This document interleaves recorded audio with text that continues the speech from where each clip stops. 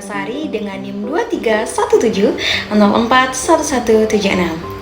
Pada presentasi ini, saya akan membahas dua materi utama dalam manajemen strategi, yaitu analisis lingkungan internal organisasi serta workflow analisis dan strategi job analisis. Kedua materi ini penting karena membantu organisasi memahami kondisi internal perusahaan dan menentukan kebutuhan pekerjaan serta sumber daya manusia secara strategis. Baik, langsung saja ke materi yang pertama, yaitu analisis lingkungan internasional organisasi atau internal environment factor. Pengertian analisis lingkungan internal organisasi adalah proses mengidentifikasi kondisi di dalam perusahaan yang dapat mempengaruhi keberhasilan organisasi dalam mencapai tujuan. Faktor internal ini berasal dari dalam perusahaan itu sendiri, sehingga organisasi dapat mengontrol dan memperbaikinya. Analisis ini penting karena perusahaan dapat mengetahui kekuatan dan kelemahan yang dimilikinya, sehingga nantinya dapat bersaing dengan lebih baik ke depannya. Selanjutnya, kita akan beralih pada faktor-faktor lingkungan internal organisasi. Nah, terdapat 5 faktor yang nantinya akan mempengaruhinya. Yang pertama yaitu terdapat struktur organisasi. Struktur organisasi menunjukkan bagaimana pembagian tugas, tanggung jawab, dan wewenang dalam sebuah perusahaan.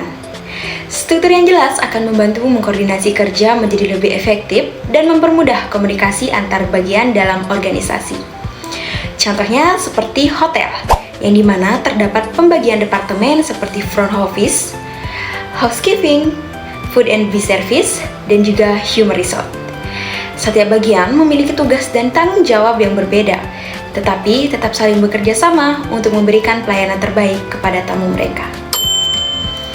Yang kedua yaitu terdapat budaya organisasi.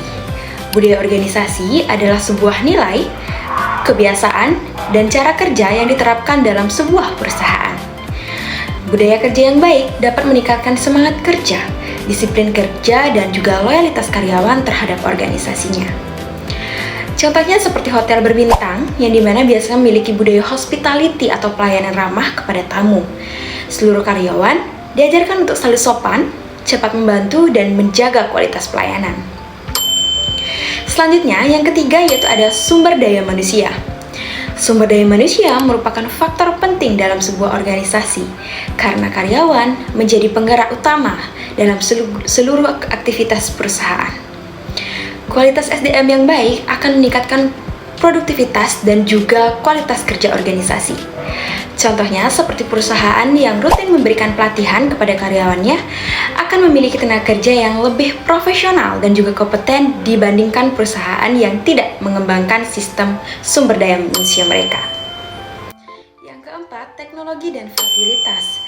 Teknologi membantu perusahaan meningkatkan efisiensi kerja dan mempercepat proses operasional.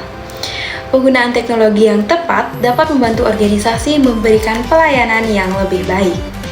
Contohnya seperti hotel modern, yang dimana menggunakan sistem komputerisasi untuk proses check-in dan juga check-out, sehingga pelayanan menjadi lebih cepat dan juga akurat. Yang terakhir yaitu ada kondisi keuangan organisasi. Kondisi keuangan ini menentukan kemampuan perusahaan dalam menjalankan operasional, mengembangkan bisnis, dan memberikan fasilitas kepada karyawannya.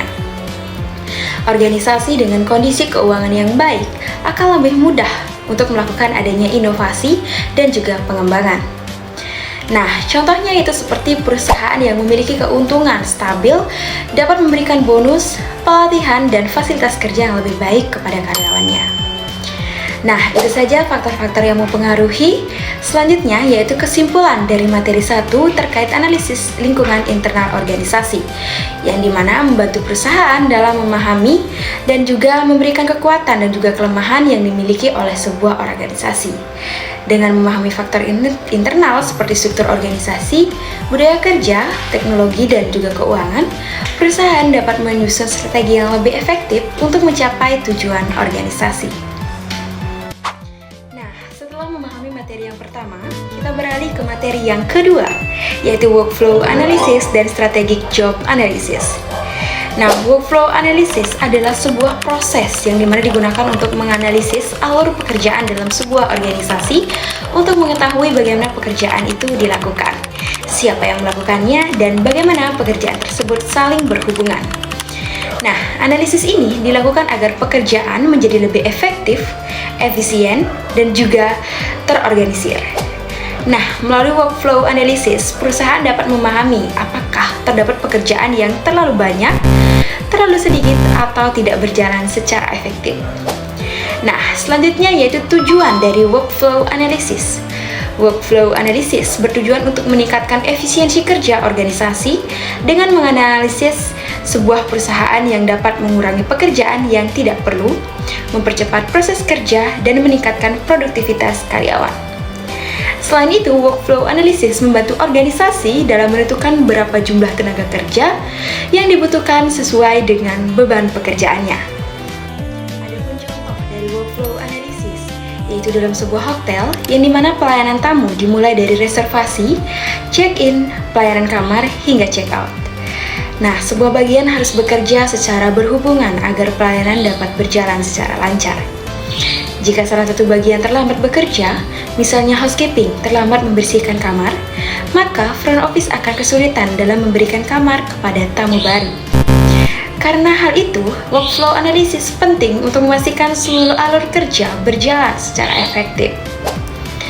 Selanjutnya, kita beralih ke pengertian strategic job analysis. Strategic job analysis adalah proses menganalisis pekerjaan berdasarkan kebutuhan strategis organisasi.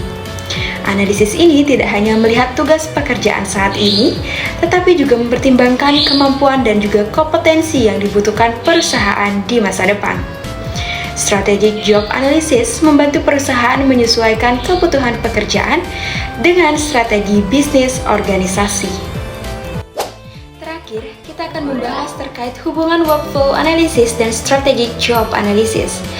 Workflow analysis dan strategic job analysis saling memiliki hubungan karena keduanya membantu organisasi dalam meningkatkan efektivitas kerja.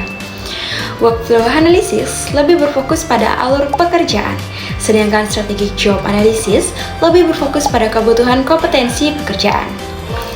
Jika keduanya diharapkan dengan baik, maka organisasi dapat bekerja lebih efisien dan juga memiliki SDM yang sesuai dengan tujuan perusahaan.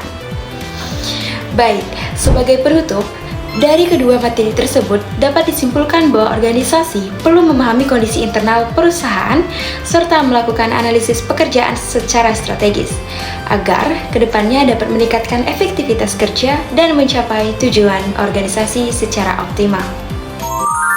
Baik semuanya, sekian yang dapat saya sampaikan. Semoga materi ini bermanfaat bagi kita semua. Saya Astrid Monica dengan NIM akhir 1176, pamit undur diri.